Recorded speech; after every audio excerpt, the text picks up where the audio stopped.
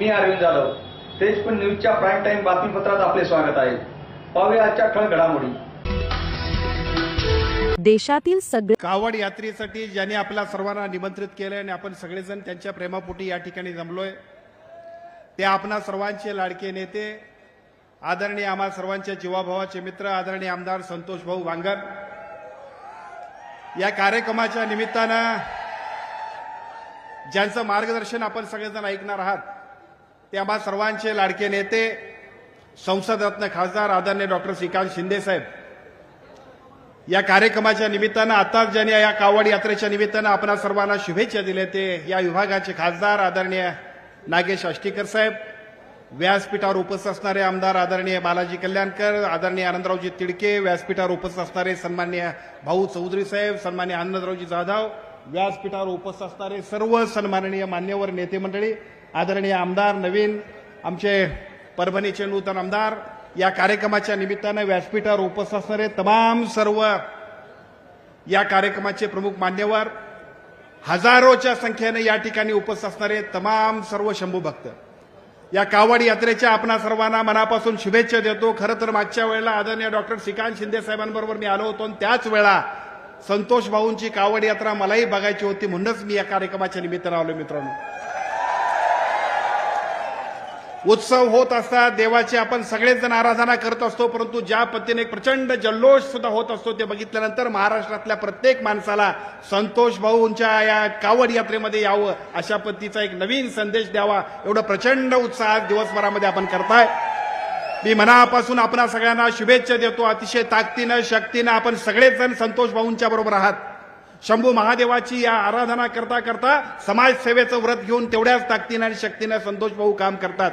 भविष्य काळामध्ये सुद्धा याही पेक्षा चांगल्या पद्धतीचं काम त्यांच्या हातून व्हावं, अशाच पद्धतीची आजच्या या कार्यक्रमाच्या निमित्तानं आपण सगळेजण काम करूया.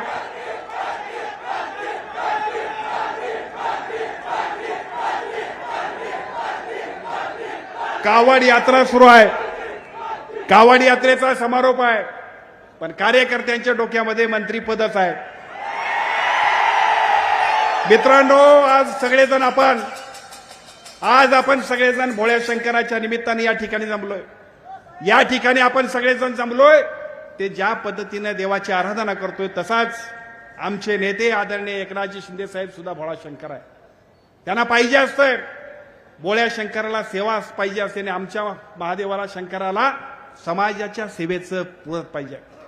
तुम्ही आम्हा सगळ्यांना ते सांगत असतात, सामान्य माणसांसाठी काम करा, मंत्रिपद मिरवण्यासाठी नाही तर समाजाच्या हितासाठी पाहिजे करायला, अशा पद्धतीनं सातत्यानं आम्हाला सगळ्यांना सांगत असतात. संतोष भाऊ सुद्धा त्याच बैठकीत पटडीत बसणारा माणूस आहे.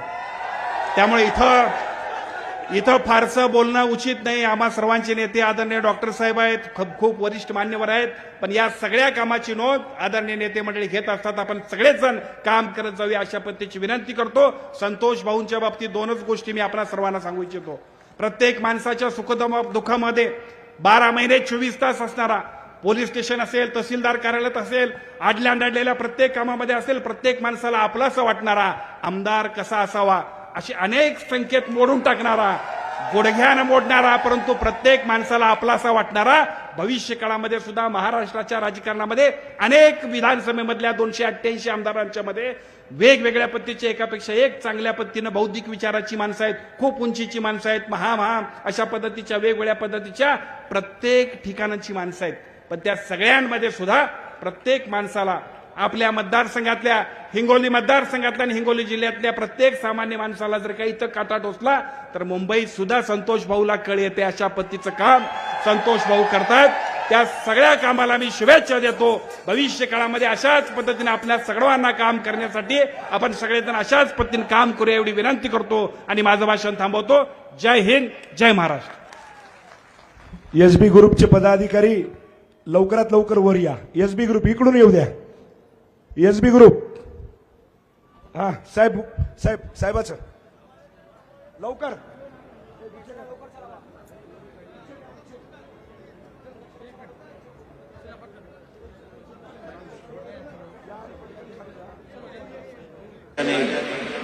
विशेष करून एकनाथ शिंदे हे आनंद जगे यांनी उभे केलेले माणसं आहेत. त्यांच्या तालमीत तयार झालेली माणसं आहेत.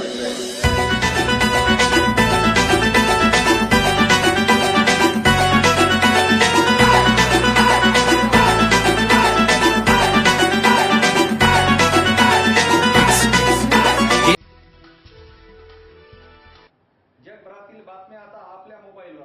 रहा अपडेट तेजपुर न्यूज सोबत. अधिक बातम्यांसाठी वेबसाईटला भेट द्या तेजपुरnews.online. उद्या भेटूया प्राईम टाइम बातमीपत्रात. तोपर्यंत नमस्कार.